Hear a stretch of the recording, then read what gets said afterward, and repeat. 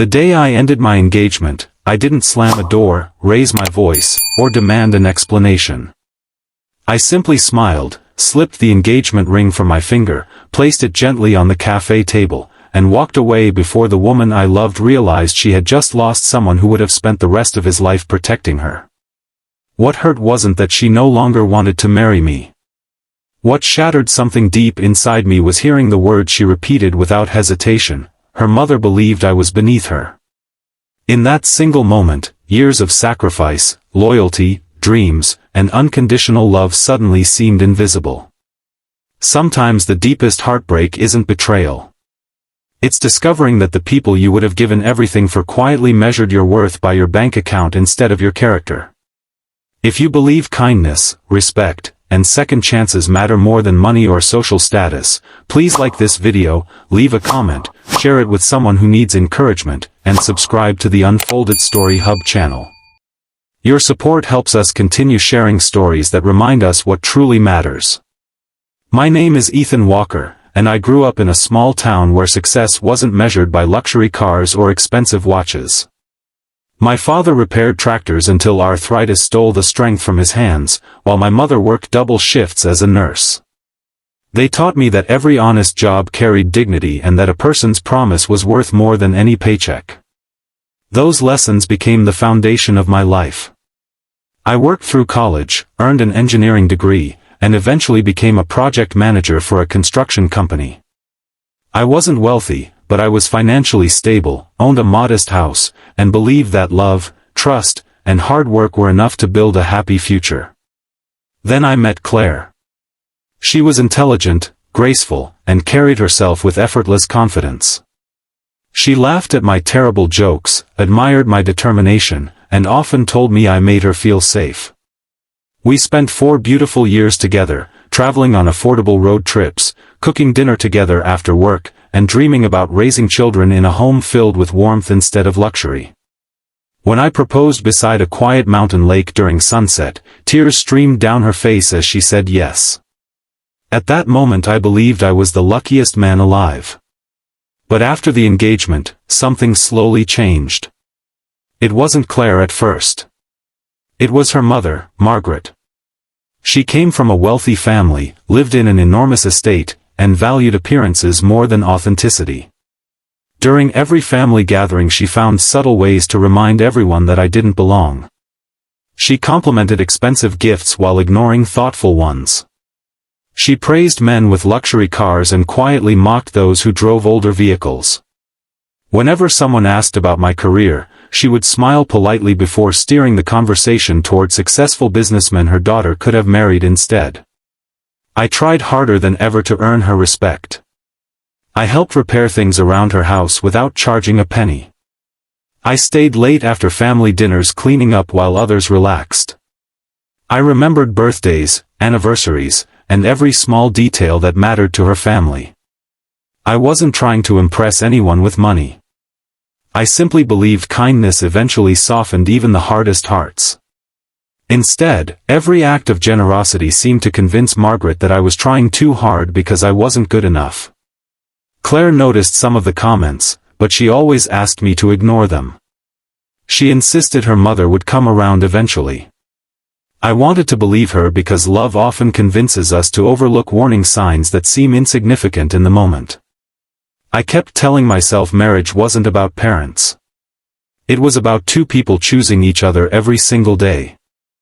Months before our wedding, Margaret began encouraging Claire to postpone the ceremony. She suggested larger venues, more expensive decorations, designer dresses, luxury destinations, and guest lists that nearly doubled our budget. Every new suggestion created tension. I offered practical alternatives, but somehow practicality became another reason I wasn't considered worthy. Then came the afternoon that changed everything. Claire asked me to meet her at our favorite cafe after work. She looked nervous, avoiding eye contact as she stirred a cup of coffee that had already gone cold. I reached for her hand, expecting another conversation about wedding planning. Instead, she quietly admitted that her mother believed she was making the biggest mistake of her life. She said Margaret thought I lacked ambition, sophistication, and the financial status their family deserved. Then she repeated the sentence that still echoes in my memory. She said her mother believed I was beneath her. She wasn't shouting. She wasn't trying to hurt me. In fact, she seemed almost apologetic. But what broke my heart wasn't her mother's opinion. It was the fact that Claire had chosen to bring me that message instead of defending the man she claimed she wanted to marry. In her silence, I heard agreement. In her hesitation, I saw uncertainty. Love cannot survive where respect begins to disappear. I realized something painful. Marriage would never be between Claire and me alone. Every decision, every achievement, every failure would forever be compared against impossible standards created by someone who had already decided I wasn't enough. Without anger, I removed my engagement ring and placed it carefully on the table. I thanked Claire for the beautiful memories we had shared and sincerely wished her happiness. Tears filled her eyes as she begged me not to make such a permanent decision over one conversation. But I knew this conversation hadn't started that day. It had been building quietly for years through every insult that was excused, every boundary left undefended, and every moment my dignity became negotiable. Walking away felt like leaving behind the future I had imagined for years. Every street reminded me of our memories. Every photograph became difficult to look at. Friends questioned my decision because from the outside everything had seemed perfect. Few people understood that relationships rarely end because of one sentence. They end because one sentence finally reveals a truth that has existed for a very long time. The months that followed were lonely but transformative. Instead of drowning in bitterness, I poured my energy into work, mentoring young engineers, and volunteering with organizations that renovated homes for struggling families. Every weekend I found purpose helping people who expected nothing in return. I rediscovered the quiet satisfaction my parents had always valued. Respect earned through character lasts much longer than admiration earned through wealth. 2 years later, I was invited to speak at a community leadership event honoring professionals who had made a difference through volunteer service. As I stood on stage sharing stories about teamwork and compassion, I noticed familiar faces in the audience. Claire sat several rows back beside her mother. After the event ended, Claire approached me with tears in her eyes. Life had not unfolded the way either of us expected. She admitted she had spent years trying to meet expectations that could never truly be satisfied. Expensive things had surrounded her, yet genuine peace remained absent. She apologized sincerely for allowing someone else's opinion to become louder than her own heart. Her mother stood silently nearby, looking older, quieter, and perhaps finally aware that pride often costs more than humility ever could. I accepted the apology because forgiveness frees the heart far more than resentment ever will. But forgiveness does not always mean returning. Some bridges are meant to teach us how valuable self-respect is before we continue walking toward a better future. A year later I married someone very different. Emily never cared how much I earned or what neighborhood I lived in. She admired the way I treated waiters, spoke to strangers, and cared for my aging parents. We built a simple life filled with laughter, honesty, and mutual respect. Our home wasn't the largest on the street, but every room carried something money could never purchase: peace. Looking back now, I don't remember the expensive wedding we never had. I remember the lesson life gave me instead. Never confuse love with acceptance that comes attached to conditions.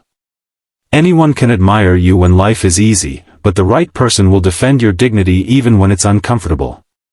Real love doesn't ask you to prove your worth over and over again. It recognizes your value long before success, wealth, or recognition ever arrive. If this story touched your heart, please like this video, share it with someone who may need encouragement today, leave your thoughts in the comments, and subscribe to the Unfolded Story Hub channel so we can continue bringing you stories that inspire hope, courage, and compassion. Before we end, tell us in the comments, what would you have done if the person you loved allowed someone else to decide your worth? Sometimes the greatest act of love isn't holding on. Sometimes it's quietly walking away before someone convinces you that your kindness, integrity, and self-respect are worth less than their approval. I lost a fiancé that afternoon, but I found something even more valuable. I found the courage to believe that no matter where you come from or how much money you have, your character will always be your greatest wealth, and the people who truly deserve a place in your life will recognize that without ever needing to be convinced.